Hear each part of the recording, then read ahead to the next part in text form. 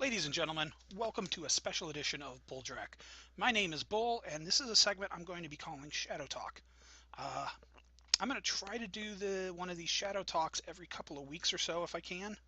And this is by request of a couple of my patrons, where they were interested in stories that I know, stories I've been involved with about Shadowrun from my time in working in the industry and just being around the industry and stuff. Um, so I figured, what the heck, that's could be fun. Tell a few stories, get a few laughs. So we'll see how it goes. Hopefully you guys enjoy it. Um, Again, if you watched my earlier video, I'm having issues with my laptop, which is the one where I've set up for my recording. My bedroom is, which is where my desktop is, and what I'm recording this on, isn't really capable of doing recording. I don't really have the lighting or anything in here. So for the time being, I'm just running an old Let's Play of Shadowrun Hong Kong in the background just so that there's some appropriate something going on. So you can watch that as you listen to me babble. Um, all right, so I guess first things first. I got involved with Shadowrun pretty early on. Not like right in the beginning in 1989. I was aware of it. I was an avid D&D player and an avid Palladium player of all things. Mostly TMNT and Other Strangeness, and some Heroes Unlimited. Uh, I really enjoyed both of those games, and I didn't really play much of those. Just made characters a lot. But I was aware of Shadowrun, and in I think 1990, early 1990, so the game hadn't been out very long. My buddy Ryan uh, had picked up the books, and him and me and a couple of other guys made characters, and we tried playing a game session, and we got derailed pretty quickly because, generally speaking, every time we got together to game, we frequently just ended up going off on tangents and, chatting and having a good time, which is something I still do to this day, so I guess I've never really broken that habit. um, I made a troll bodyguard that the first edition character sheets, which we had some photocopies of, had a little long rectangular box that you could put a character portrait in, and I copied a picture of the Hulk, the gray Mr. Fix-It Hulk, because he kind of had this suit and everything going on. So he looked a little bit like a troll. So I copied the Hulk and I added some horns and stuff, and that was my character. I have no idea what his name was. Like I said, we played for an hour, maybe two. I don't remember anything we did. Um, I know that over the next year or two, we played a couple of more times. Um, and over the next year or so, we played a couple more times. But unfortunately, again, the game sessions never really went anywhere, and I don't even remember what character I played. I don't remember if I played the troll or if I had a different character. Um, when I went to college, a guy in my dorm, Randall, he was into it, but we didn't have any. He didn't have any books with him at college, so unfortunately, we couldn't really play. But we talked a lot about it, and it really piqued my interest, reminded me that this was a really cool game and really cool setting and everything, and he was really, really into it. So that really got me interested, and so I went home for Christmas break right before I left school, and my buddy Stephen Tinner, rest in peace, my friend, um, Steve invited me and a buddy of ours, Rusty, who played Johnny 99 for those that have followed the adventures and tribulations of Bull the York Decker over the years. Um, Tinner invited us to play Shadowrun. We had been playing D&D and stuff off and on, and we were playing Magic quite a bit, but Tinner was a big fan of Shadowrun. He had run a bit of it at college, had a lot of fun with it. So he said, hey, let's play. And I said, okay, this looked really interesting. It sounds like fun. And I built an Orc Decker. Primarily because at the time I was on a weird little kick where I tried to play characters that were slightly out of place. I never really made special snowflake characters. You know, I never made like the half dragon, porn star, half spirit, whatever nonsense that I've seen over the years. But because some people really decide that they can't play anything even slightly normal. Me, on the other hand, I like to mix and match the basic stuff to something unusual. And at the time, especially with the intelligence hit that orcs got, because back then you lost the attributes that you got negatives for. It wasn't just a lower limit like it is in 4th and 5th edition. You actually flat out lost points, which meant that to have a one, which meant basically you had to put a point into intelligence just to have a 1 intelligence, because the orcs lost 1 point. Trolls lost 2 points. It was pretty brutal. So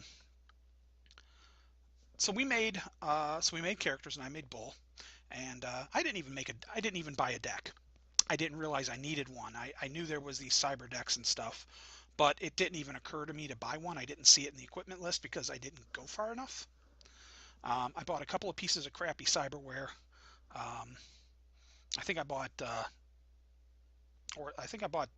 dermal plates level 1, which was just a waste of essence. I regretted that one for years. Bought a few guns and some armor and stuff, but I didn't take money real high either. So that was my other problem, is I didn't realize that I was going to need a big expensive cyber deck. And back in those days, as it is in 5th edition now again, cyber decks were bloody expensive. So Tinner was kind enough to give me, on the first game session, give me this low end crappy cyber deck, and then I saved up for a few game sessions. It was a lot of fun though. I mean, I really got into the game, and one of the nice things about our early game is most of the time it was only me and Rusty playing. So we had this 2-man show going on, which meant that a lot of our game sessions, rather than focusing heavily on combat and stuff, focused heavily on interpersonal development, role play, and that sort of stuff. I mean, don't get me wrong, there was still plenty of freaking combat. Although we learned really early that combat is not our friend.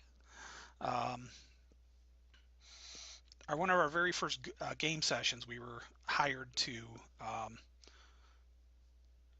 lean on a guy who owed somebody some money. And of course, we were like, all right, we're going to go out and play Mob Enforcer and break this guy's knees. And the guy turned out to be a pretty badass ghoul. And I shot him, and it did nothing.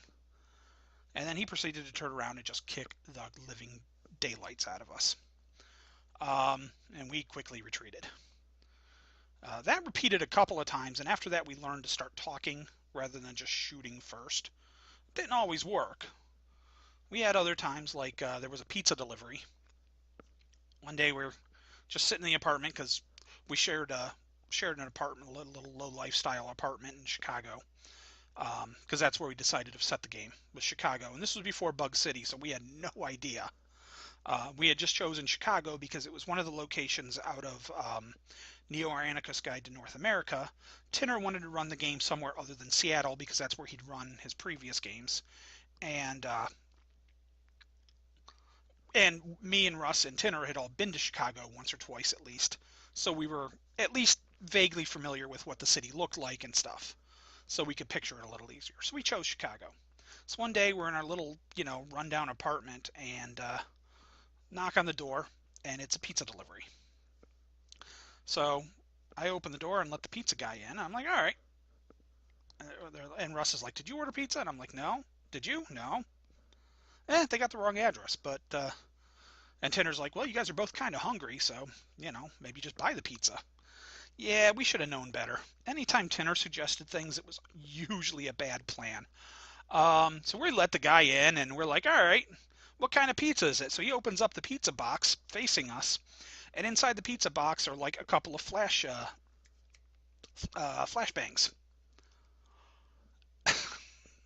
Turned out the pizza guy was a hitman hired by the ghoul, and yeah, we had a nice little firefight in our little tiny Drekel apartment. once again got the crap beat out of us a little bit. We did get out of that one in one piece, and we did take the guy down, but after that we were much more careful about what we did. So it was a lot of fun. That was a fantastic campaign. It was long running. A couple of years after that, we were still playing the game, and we were playing a lot. Um, we were young.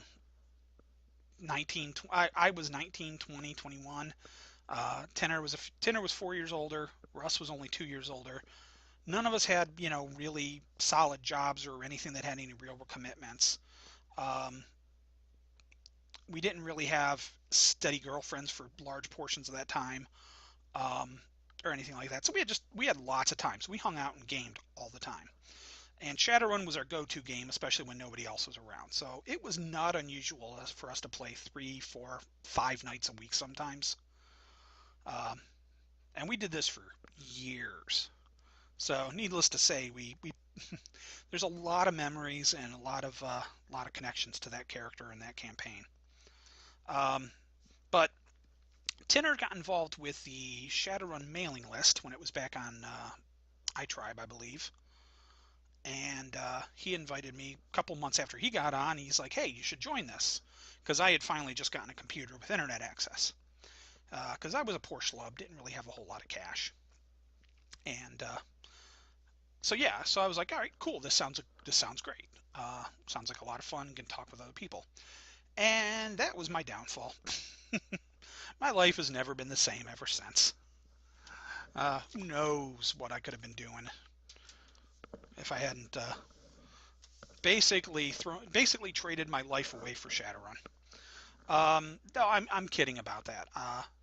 But it's really funny because that is really the moment that I can trace the fact that my entire life, that was a hinge point. Because it's not unfair to say that 99.9% of my friends all I know because of Shadowrun. And I know them because I got on the mailing list and was on there for a year or so. And I was really chatty because, again, I didn't have a life. I didn't have anything to do. And at that point, I had just, a relationship I had been had just fallen apart. So I really had no life. And unfortunately, I'm one of those that when a relationship goes south, um, I really retreat. Um, and it's months and months before I come out of it. So again, I was working part-time, didn't have a whole lot going on, so I spent most of my time playing on the computer. And also one of my downfalls, probably. But anyways, enough about that. So I got to know a lot of great people on the old Shadowrun mailing list. Um, and also after about, well, it was about maybe 5, 6 months, I ended up joining the Shadowrun IRC channel on Undernet. Um, and got to know a lot of the folks on there were also on the mailing list, although there was a few people that weren't on the mailing list or weren't very chatty on the mailing list. So again, it broadened my horizons a little bit, got to know some more people. And usually would have IRC running in the background, and I would check email or web surf and skip back and forth as I chatted and stuff. In 96, which, oh my God, is 20 years ago now. Wow. Wow, that really means that this year is going to be my 20th Gen Con. Oh, goodness gracious. 96, I wanted to go to Gen Con. I'd wanted to go to Gen Con for a long time. I had seen articles about it in Dragon Magazine and pictures and stuff, and it looked like a lot of fun, and I thought this would be really cool. And a bunch of guys from the area said, yeah, let's go. This could be great. They also were going to Origins, but I couldn't do both shows that year. I had to pick or choose, so I chose Gen Con. And unfortunately, kind of at the last minute, last month or so, everybody I had planned for, because I made all the plans. I booked a hotel, which was at the University of Wisconsin, because this was when it was still in Milwaukee. It was the University of Wisconsin, Milwaukee branch. The oh god, it was the one of the dorms they would rent out as rooms. It was actually fantastic, other than the fact that it wasn't uh, really close to the convention center. You actually had to take a bus down to the convention center or back, or know somebody with a car. But the rooms were great because there were these quad rooms that had a little hallway, two single rooms, and a double room. And we had two buddies, Carrick and Loki, and rest in peace, my friend Loki. We miss you. Um, Carrick and Loki from Arizona had come up because I got ahead of myself. So I'd booked the room, and like I said, maybe a month out, um, if that, everybody that was going to go from my area said, "Hey, I can't go." Something came up. It was money or work, or they just decided they didn't feel like going. So suddenly I was in a bind. So I went to the mailing list because I figured, crap, I've got to, I was like, does anybody, I have a room, but I don't have any roommates. Does anybody have a room, need a roommate? Or does anybody want to split a room or what? And I ended up lining up Carrick and Loki, who I mentioned, and our friend Vixen from Vancouver. Or actually Victoria, Canada, but that's near Vancouver. Um, so that ended up working out. We ended up getting 4 people for the room, and because we had 2 guys that knew each other already, because we didn't, like I said, these were people I talked to a lot. Carrick and Loki both I used to chat with constantly and reply back and forth to on the mailing list. And Vixen I talked to a lot through email, and she was one of the mods on IRC, and eventually I became one of the mods as well. But I talked to her a lot on there, so we knew each other fairly well, but we'd never met in person, which was always a little weird, especially back then. It's a little more common and a little less weird now, but back in the mid '90s, it was a big thing that you never knew who was on the other end of the line and all of that. So it was kind of a little nerve-wracking to meet a whole bunch of new people for the first time and not know anything about them, be rooming with them and everything. But it ended up being really, really cool. So Carrick and Loki shared a room. Vixen had her own room, which was great. That was actually fantastic because I was a little nervous about that.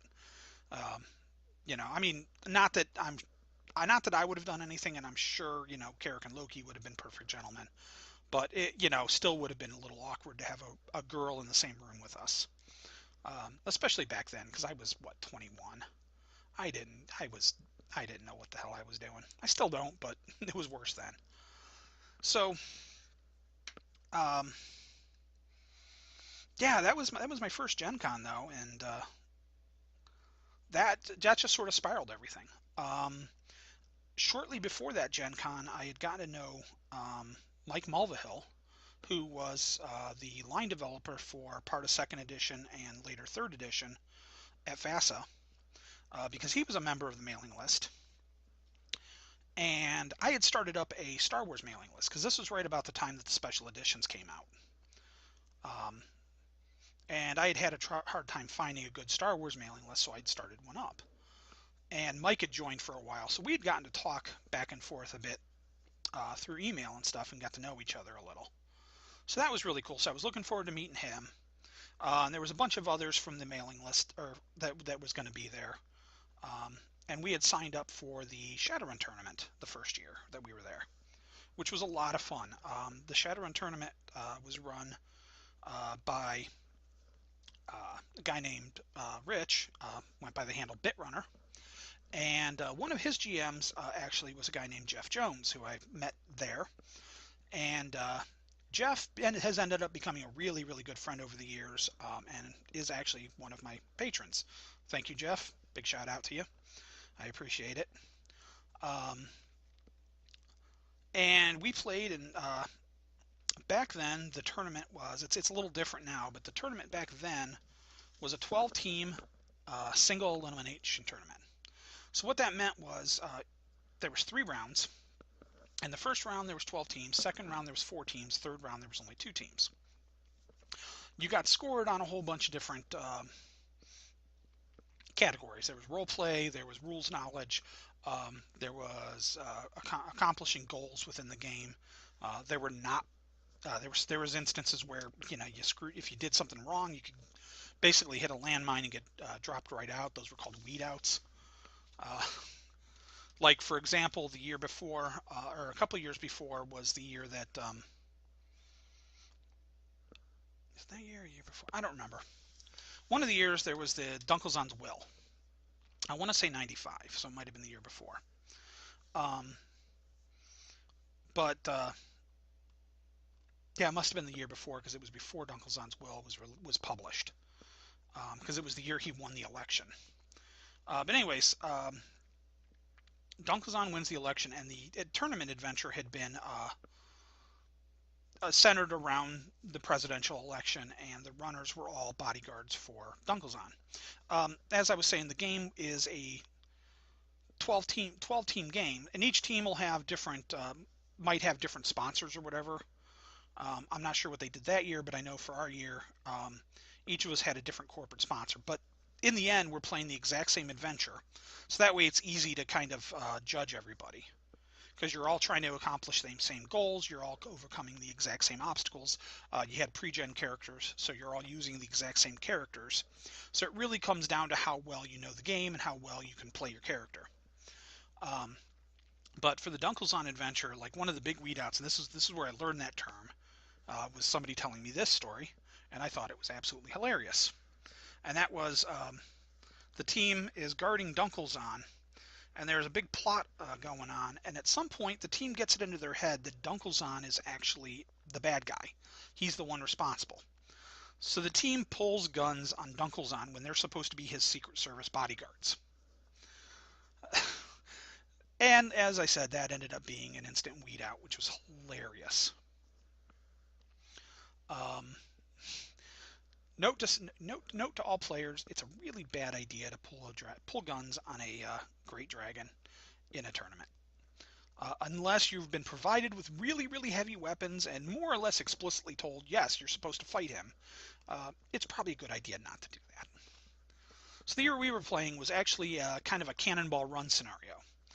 We were doing a cross the country race against other teams, and it was a lot of fun. We had, there was all kinds of problems, border patrols and breakdowns and random wild animal attacks and stuff like that. But it was great fun. We had Renraku was our sponsor, and we ended up coming with a slogan that was when this van's Renrakin', don't come a knockin'. It's always made me chuckle. But so we made it all the way to the third round. However, this was the first Gen Con any of us had attended. Oh, and we also had two others with us from the mailing list. So that was the other cool part, was we had us four, but we also had two other people from the Shadowrun mailing list with us. So we had an entire team from the mailing list. A guy named Mike Paff, who unfortunately I've long since lost track of. He disappeared years and years and years ago, but he was a really good guy. And another guy, Mike Bucky, who I still keep in touch with occasionally. Follow him on Facebook and stuff.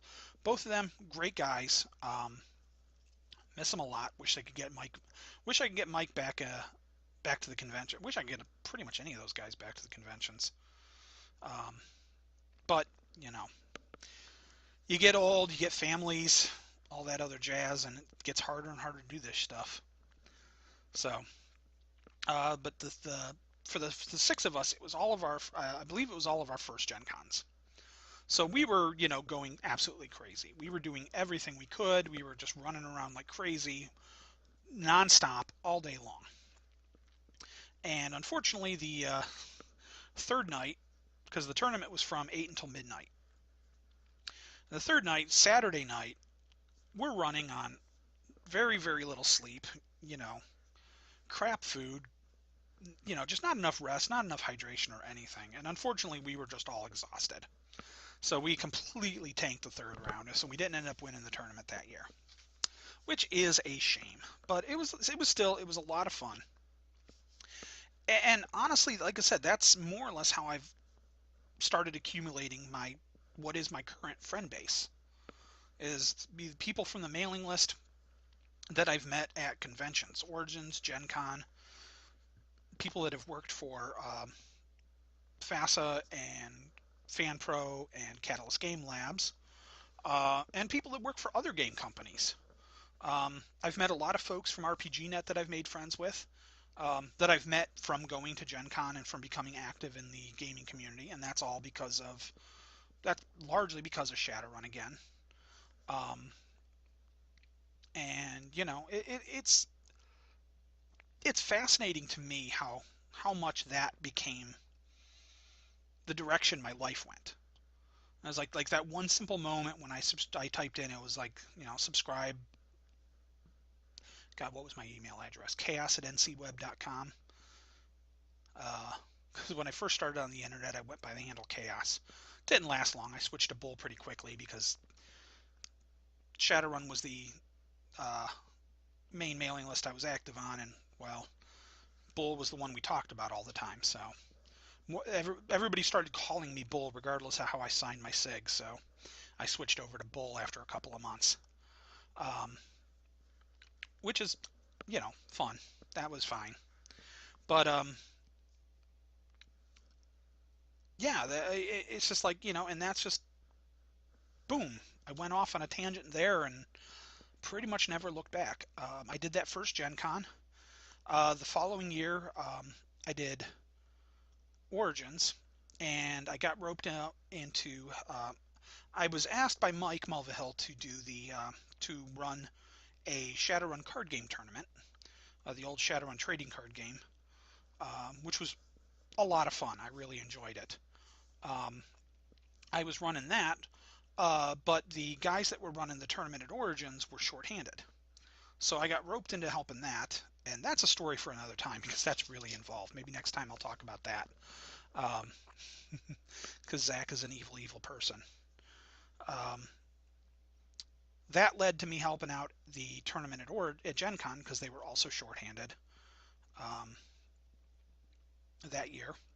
And the following year, I ended up picking up the reins for Origins and running Origins, the tournament and everything. And that's pretty much how I got roped in. I also ended up, I did some playtesting because they were working on Shadowrun 3rd Edition, and we'd gone out to dinner. This was actually at the first Gen Con. We'd gone out to lunch at the mall, and we caught Mike Mulvihill talking to Steve Kenson. And so we didn't bother them because we didn't want to be the fanboy guys. We knew Steve from the mailing list. And I actually sort of indirectly knew Steve because I had read a bunch of Tinner's old, it was an APA, Amateur Publishing Association, called Scrawls from the Sprawls. And Steve Kenson, John Zito, and a bunch of other guys that ended up later doing freelance work for the company all worked on that APA back in the day. And so I had read some of Steve's work, and I was familiar with his name because Tinner was a fan of his. So that was pretty cool. But we didn't want to bother them because we didn't want to be, those guys. We didn't want to be those fanboys that would go up and annoy them. So we waited it out. And after they were all done, we said our highs and everything like that. And Mike actually had seen us and he'd waved at us. So he came over and he invited all of us into the Shadowrun 3rd Edition playtest. And that was how I first got involved officially with Shadowrun. Outside of, yeah. The following years when I started doing the convention stuff, I was doing that, and I think a year or so after that, they added me to the freelancer list. Although I didn't really do a whole lot. I submitted proposals for a bunch of stuff and didn't get accepted, which is fine. I think the first thing I really got accepted to doing was Year of the Comet, which unfortunately didn't get published under FASA. That FASA closed down before they could publish that, and it ended up getting picked up and published by FanPro. But yeah, I got involved doing GMing, and like I said, I ran Origins. After a couple of years, I also ended up picking up Gen Con and ran that as well. Did that for a number of years. I crossed companies. When FASA shut down and FanPro picked it up, I kept on going with them because it was a lot of the same folks. And then when it switched over from FanPro to Catalyst Game Labs, I just kept on trucking. I had a couple of years where I took off here and there. But yeah, it was, it was just a ton of fun. Fantastic. I had a great time. Really enjoyed myself. And Shadowrun's great. Like I said, it's just weird to think about how much of my life that became. So I think that's where I'm going to let this one go. I kind of rambled around a bit. I was going to talk a little bit more about games and try to do a couple stories from the table or something like that. But I don't know. Maybe somebody will find it interesting how all I got started in all this nonsense. Uh, it was not direct and it was not easy. Let's just put it that way. It was a long, long time in the work. So it was not just a one day sat down and became a freelancer. Um, but I appreciate it, and if anybody I've worked with over the years listens to this, I just want to say thank you. Thank you for giving me the opportunity. If you worked with me on when I was running convention stuff, thank you, because it was always frustrating to try to find enough people to run the tables. And this is, even back then, it was only, we were talking 20, 30 tables tops. These days, I don't want to even imagine. They run hundreds. They run, oh God, well over 100 games now. It's insane how huge Shadowrun's gotten. But at Gen Con, Origins isn't quite. Origins is still huge though. Origins, it's one of the big. I mean, I would guess that Shadowrun's probably the second biggest game at Origins, after probably Pathfinder. Maybe third after D&D, but it's hard to tell. And D&D kind of gets watered down between all the different editions and stuff. Um, I think after Pathfinder, we're probably the largest single uh, game group. But yeah, it's just been, like I said, I want to thank everybody I worked with. I want to thank everybody who worked with me. And I especially want to thank everybody that I've made friends with over the years, whether you worked with Shadowrun or worked with another gaming company, um, or an artist, or just a freelance writer I met, or just guys from around the world. I mean, I'm friends with people from Germany and Iceland and England and Greece and Australia, and I mean, it's crazy to think about how many people I know and how many people that I'm pretty sure I can, solidly refer to as at least a casual friend. Uh, you know, it's humbling, to be honest, but it's just been a fantastic ride. So I'm really grateful for everything I was able to do over the years. Um, so yeah, I'm going to go ahead and end it here because it's a little over the 30-minute mark. And I'm going to try to. I don't want to get these. I don't want these to be too long and rambling. Nobody needs to listen to me for that long. Um, but hey, I'm going to try to do more of these. And if you make it out towards Intergen Con, come on out and hang with us. I love talking shop. I love talking to folks. We'll grab a drink or two and, swap stories, tell war stories. But yeah, I'm going to do these every couple weeks. This will be called Shadowtalk. I'll file it under its own playlist as well as, if I can. I'm not entirely sure if I can file something under two playlists, but I'll try putting under both Bulldrek and the Shadowtalk, so that way if people just want to watch these, they can.